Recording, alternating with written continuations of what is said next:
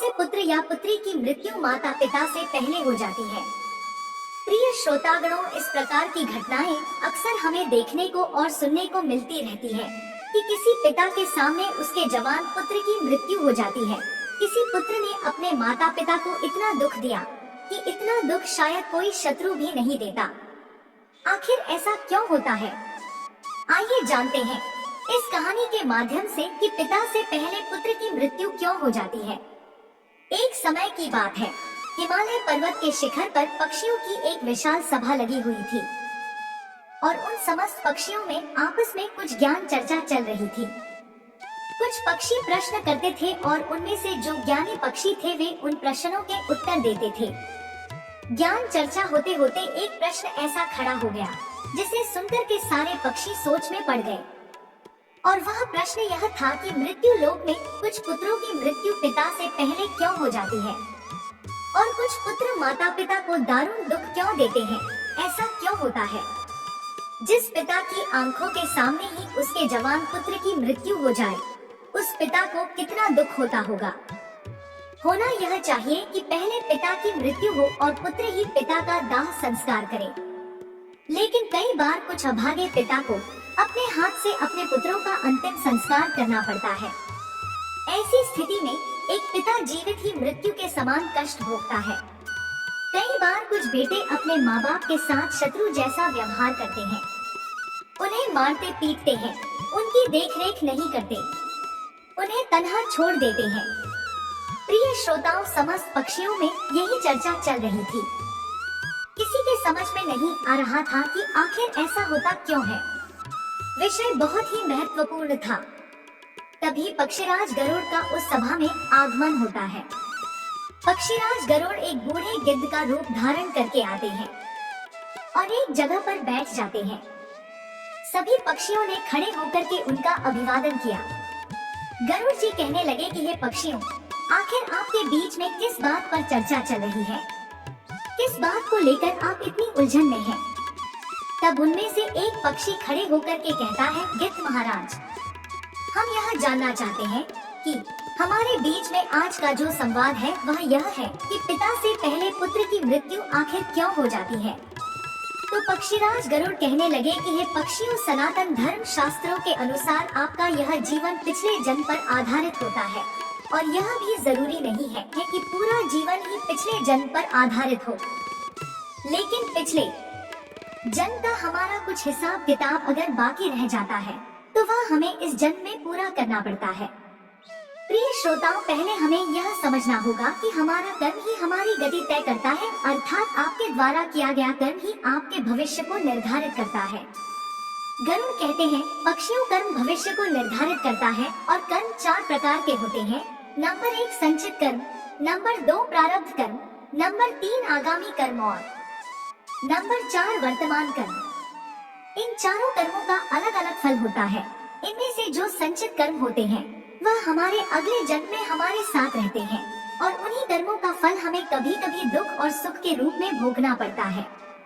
मृत्यु के बाद यह भौतिक शरीर तो नष्ट हो जाता है, लेकिन जो सूक्ष्म शरीर होता है वह जन्म जन्मांतर तक आत्मा के साथ जुड़कर रहता है और हमारे जितने भी सगे संबंधी होते हैं वे सभी किसी न किसी कारण बस हमारे साथ आते हैं।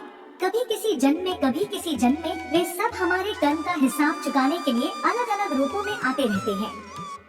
बूढ़े गिद्ध की बात सुनकर समस्त पक्षी कहने लगे, हे पक्षी राज, आपकी यह बात हमारी समझ से परे है, थोड़ा और सरल भाषा में हमें समझाइए। तो पक्षीराज कहने लगे, हे पक्षियों, ध्यान से सुनिए, मैं तुम्हें एक अद्भुत और रहस्यमय कथा सुनाता हूँ। इस कथा के माध्यम से आपको यह जवाब मिल जाएगा कि पुत्र की मृत्यु पिता से पहले क्यों हो जाती है। सभी पक्षी चुपचाप बैठ जाते हैं और पक्षीराज गरुड़ कथा सुनाना आरंभ करते हैं।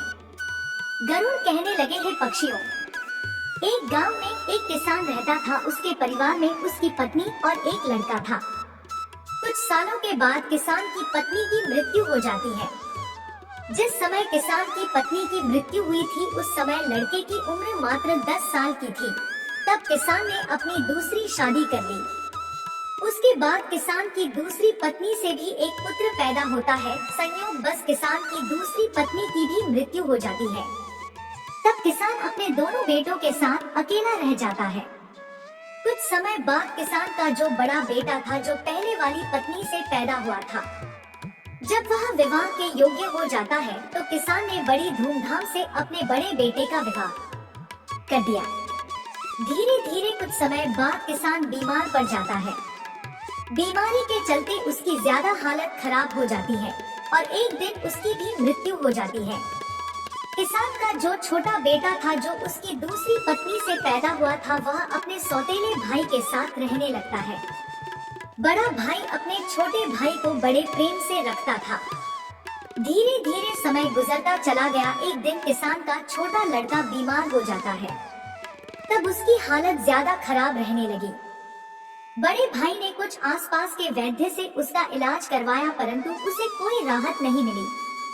बूढ़ा गिद्ध कहता है, हे पक्षियों, ध्यान से सुनना, बड़ी ही अद्भुत कहानी है कि किन कर्मों से पिता से पहले पुत्र की मृत्यु हो जाती है।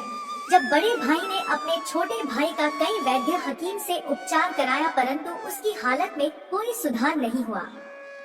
छोटे भाई की दिन प्रतिदिन तबीयत बिगड़ती जा रही थी। काफी धन भी छोटे भाई के इलाज में खर्च हो चुका था। इलाज कराते कराते बड़ा भाई अब थक चुका था। एक दिन बड़े भाई ने अपनी पत्नी से सलाह की, यदि मेरा छोटा भाई जो सौतेली माँ से उत्पन्न है, अगर यह मर जाए तो हमें इसके इलाज के लिए पैसा खर्च नहीं करना पड़ेगा और जायदाद में भी आधा हिस्सा हमें नहीं देना पड़ेगा। इसके हिस्से की सारी जमीन जायदाद फिर हमारी हो जाएगी।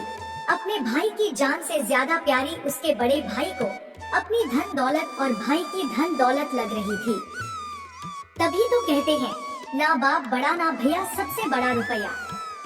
पति का सुझाव उसकी पत्नी को भी बहुत अच्छा लगा। तब उसकी पत्नी कहती है, अजी ऐसे हम इसे मार भी तो नहीं सकते। यदि इसे मार दिया तो लोग समझेंगे कि हमने लालच बस इसे मार डाला है। क्यों ना हम यह काम किसी वैद्य से करवाएं। आप जाओ और किसी वैद्य को लालच देकर उससे कहो कि इसे दवाई के बदले जहर देकर मार दे। इससे किसी को पता भी नहीं चलेगा और कोई रिश्तेदार भी हम पर शक नहीं करेगा। सब लोग कहेंगे कि यह बीमार था, इसलिए बीमारी से मृत्यु हो गई। बड़े भाई ने पत्नी की बात मान ली और मन में विचार करने लगा कि यदि किसी से बात की जाए तो हमारा काम बन जाए। फिर क्या था, बड़े भाई ने ऐसा ही किया। उसे एक कोई निकट का घनिष्ठ वैद्य मिल जाता है। वह वैद्य पैसे का बड़ा लालची था। जब बड़े भाई ने उस वैद्य से बात की कि मुझे मेरे छोटे भाई को जहर देकर मरवाना है, वैद्य जी पहले तो हिचके, लेकिन जब किसान के बड़े बेटे ने वैद्य को 1000 मुद्राओं का लालच दिया तो वैद्य यह काम करने को राजी हो जाता है। उसका छोटा भाई बीमार तो रहता ही था। वैद्य उसका उपचार करने के बहाने से उसे देखने के लिए आता है और उसका इलाज करने के बहाने उसे जहर देकर चला जाता है। जहर के प्रभाव से तत्काल उसकी मृत्यु हो जाती है। अपने छोटे भाई की मृत्यु पर वे दोनों पति पत्नी बहुत खुशी मनाते हैं। सोचने लगे, अब तो रास्ते का कांटा निकल गया। इसके हिस्से की सारी जमीन जायदाद पर अब हमारा अधिकार हो गया है। वे दोनों बहुत प्रसन्न होते हैं और याद रखना भक्त गणों, जो खुशी दूसरे के दुख की बुनियाद पर होती है, जो धन दूसरों की हिंसा करके कमाया जाता है, वह धन कभी आपको सुख नहीं दे सकता। और जो लोग दुख देकर सुख पाने की कामना करने वाले होते हैं, उनके यहाँ एक दिन महाभयानक दुख आता है। बूढ़ा गिद्ध कहता है, हे पक्षियों, इस प्रकार बड़े भाई ने अपने छोटे भाई को मार डाला और उसकी सारी धन संपत्ति पर अपना अधिकार जमा लिया। किसी रिश्तेदार को भी इस बात का संदेह नहीं हुआ। रिश्तेदार तो यह सोच रहे थे कि यह कितना अच्छा भाई है, अपने सौतेले भाई का कितना उपचार कराया, कितनी देखभाल की, कितनी सेवा की, पर बेचारा उसे बचा नहीं सका। क्या करता, रोग ही ऐसा असाध्य था। बेचारे की मृत्यु हो गई।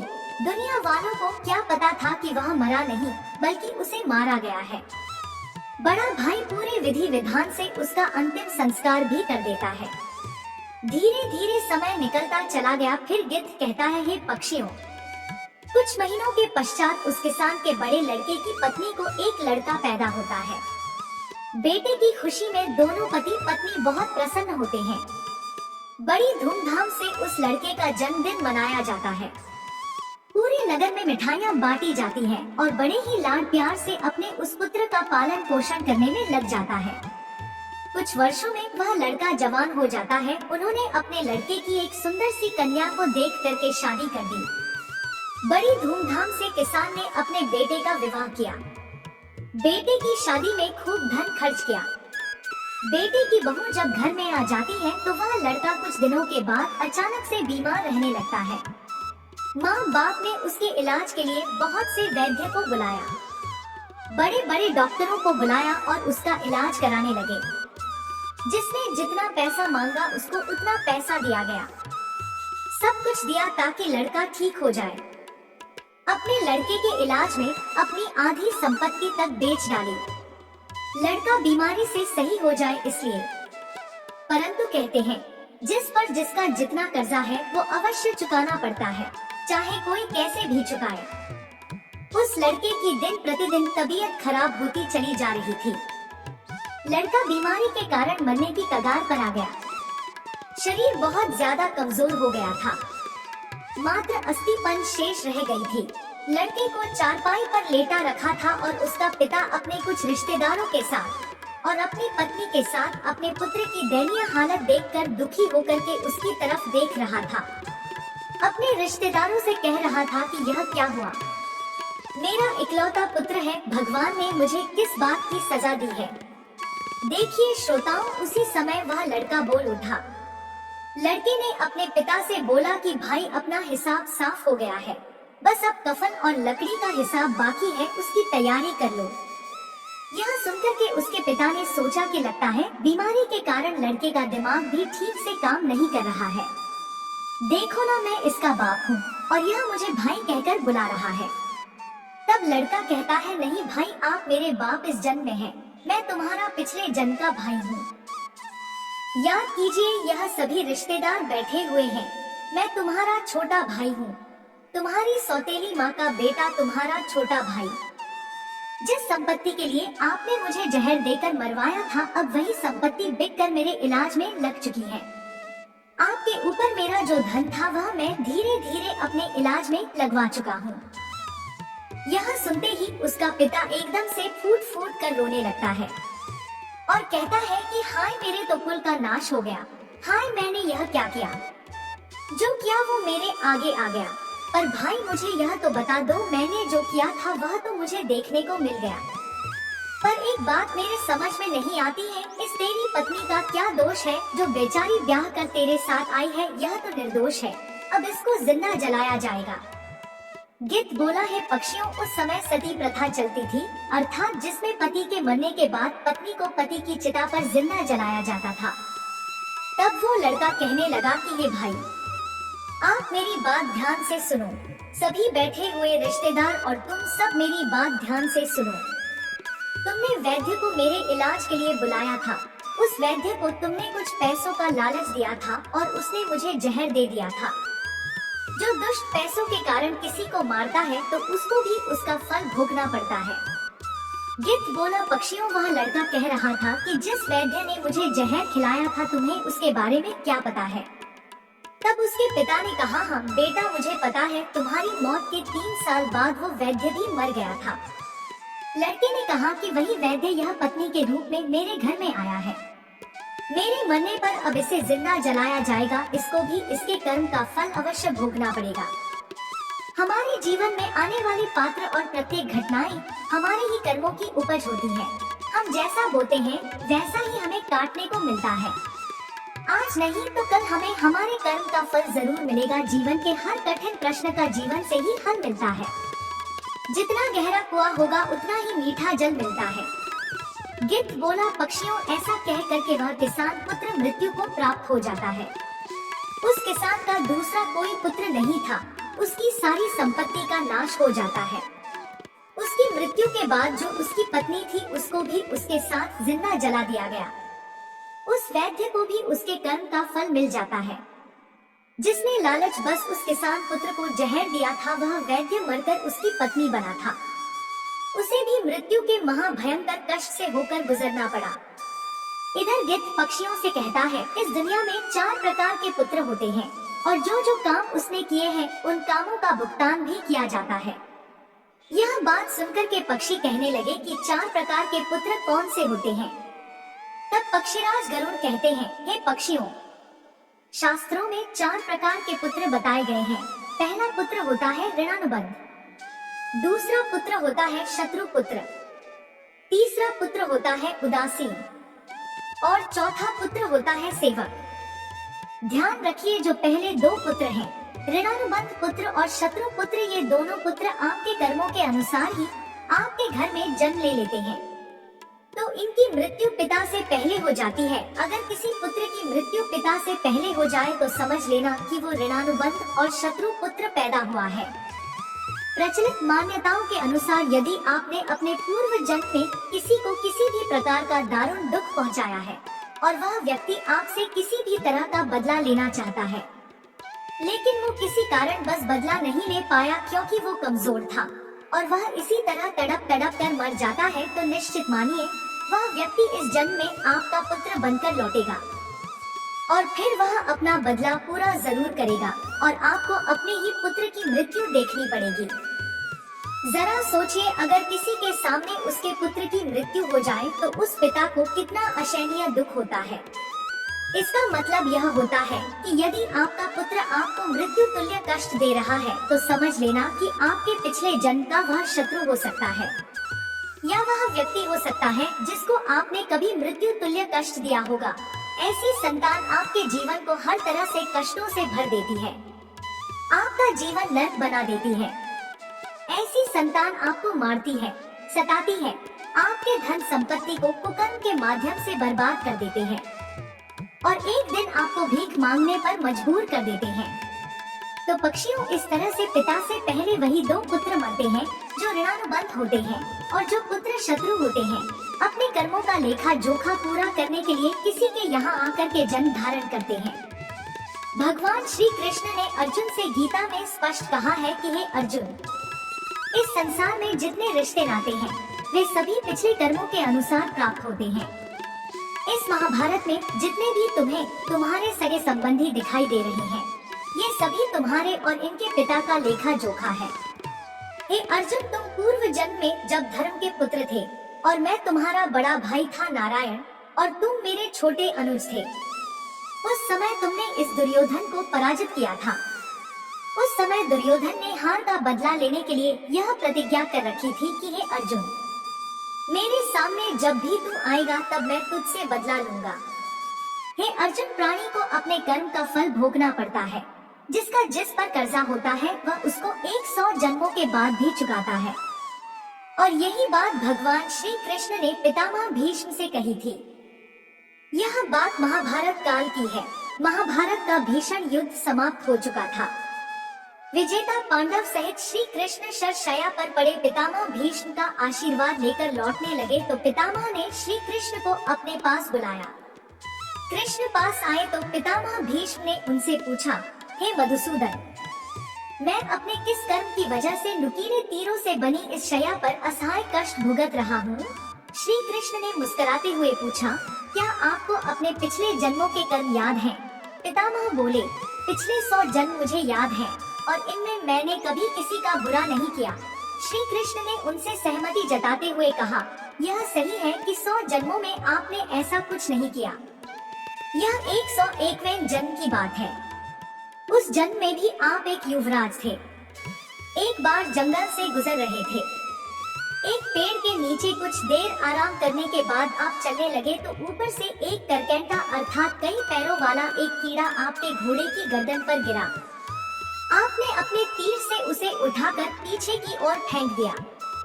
वह करकैंटा पीछे बेर की कटीली टहनी पर पीठ के बल गिरा। बेर के कांटे उसकी पीठ में धंस गए। बेचारा करकैंटा कांटों से निकलने की जितनी ही कोशिश करता, कांटे उसे उतना कष्ट देते। करकैंटा उसी अवस्था में कई दिन जीवित रहा। उसकी तकलीफ आपके नाम दर्ज हो चुकी थी, लेकिन आपके पुण्य कर्म इतने प्रबल थे कि वह पाप फलित नहीं हो पा रहा था। इस बात को सुनकर भगवान श्री कृष्ण से पितामह बोले, फिर आज क्यों? पितामह के इस सवाल पर श्री कृष्ण ने उन्हें बताया, दुर्योधन की सभा में जब द्रौपदी का चीरहरण हो रहा था तब आप उसे बचाने में समर्थ थे। इसके बावजूद भी आपने दुर्योधन को रोकने की कोई कोशिश नहीं की। इससे आपका सारा पुण्य क्षीण हो गया और 101वें जन्म पहले के इस पाप को फलित होने का मौका मिल गया। जब हम जन्म लेते हैं या फिर जब हम गर्भ में रहते हैं, तब हम उस ईश्वर से यही प्रार्थना करते हैं कि इस पुनर्जन्म के बंधन से इस बार हमें मुक्त करें। इस बार जन्म लेने के उपरांत हम अच्छे कर्म करेंगे, लेकिन जन्म लेने के उपरांत हम उन बातों को भूल जाते हैं, मोह माया के वश में हो जाते हैं। कर्म के फल कभी न कभी मिलते ही हैं। इसलिए पृथ्वी पर निवास करने वाले प्रत्येक प्राणी व जीव जंतु को कर्म का फल भोगना ही पड़ता है और कर्मों के अनुसार ही जन्म होता है। कभी किसी प्राणी को नहीं सताना चाहिए, भले ही वह छोटा सा कीड़ा ही क्यों न हो। इस संसार में 4 तरीके के पुत्र बताए हैं, जो 2 तरह के पुत्र होते हैं, ऋणानुबंध और शत्रु पुत्र, जिसके हम कर्जदार हैं। किसी का कर्जा हमने खाया है या किसी के पैसे लिए हैं और वो पैसे वापस नहीं दिए तो वह पैसे हमें चुकाने पड़ेंगे। यदि इसी जन्म में चुका दिए तब तो बहुत अच्छा है, और यदि वह दूसरे जन्म में चले गए तो आपको भी यही दारुण दुख झेलने को मिलेगा। वह पुत्र के रूप में जन्म लेगा या भाई के रूप में जन्म लेगा, या आपके प्रिय किसी सगे संबंधी के रूप में जन्म लेगा, या फिर आप गधा बनेंगे या बैल बनेंगे या कुत्ता बनेंगे और किसी न किसी रूप में आप उन पैसों को चुकाएंगे। आपको कर्ज तो जरूर चुकाना पड़ेगा। यही शाश्वत विधान है, यही प्रकृति का नियम है। हर क्रिया की प्रतिक्रिया जरूर होती है, और जो दूसरे तरीके का पुत्र होता है, शत्रु पुत्र, वह भी आपसे बदला नहीं छोड़ेगा। आपके पास कोई गरीब रहता है, कोई कमजोर रहता है और आप ताकतवर है, उस पर आप अपना बल प्रयोग कर रहे हैं, उसे मृत्यु के समान यातनाएं दे रहे हैं, तो यह यातना उसकी आत्मा सहेगी। वो भी मौका मिलने पर आपको उतनी ही भयंकर यातनाएं देगा और आप उन यातनाओं से आहत हो जाएंगे। चाहे वह पुत्र के रूप में दे, पिता के रूप में दे या पत्नी के रूप में। इस प्रकार से पहले वाले 2 पुत्रों की मृत्यु पिता से पहले हो जाती है और बाकी के जो 2 पुत्र होते हैं, उदासीन और सेवक, उनकी मृत्यु पिता के बाद होती है। यह वह पुत्र होते हैं जो आपकी बहुत सेवा करते हैं, क्योंकि आपने पिछले जन्म में अच्छे कर्म किए थे। यानी कि पिता पुत्रों की मृत्यु नहीं देखता, तो हमेशा हमें ध्यान रखना चाहिए कि किसी का कुछ भी उधार या उपकार हम ना ले, अगर ले तो फिर उसका वापस कर दे। दूसरी बात, किसी को इतना परेशान भी नहीं करना चाहिए कि वह हमसे कमजोर है और हम उसको मृत्यु के समान यातनाएं दे रहे हैं, तो वो भी मौका मिलते ही आपसे अपना हिसाब किताब जरूर चुकाने आएगा। अब तो आप समझ ही गए होंगे कि कौन से पुत्रों की मृत्यु पिता से पहले हो जाती है और कौन से पुत्र माँ बाप को कष्ट देने के लिए आते हैं। भक्त गणों, सीधी सी बात है, अगर हम किसी के साथ उपकार करते हैं, मुसीबत में उसकी मदद करते हैं, गरीबी लाचारी में उसको धन से मदद करते हैं या सहायता करते हैं, तो समझो आप अपने प्रियजन या पुण्यकर्म की संख्या बढ़ा रहे हैं, और वह मित्र मुश्किल वक्त में आपके साथ जरूर खड़े होंगे। और यदि हम किसी के साथ बुरा करते हैं तो शत्रुओं की संख्या बढ़ाते हैं, जो आज नहीं तो कल किसी न किसी रूप में हमें चुकाना ही पड़ता है। जय श्री कृष्णा। अगर वीडियो पसंद आई तो हमारे चैनल को सब्सक्राइब करें। धन्यवाद।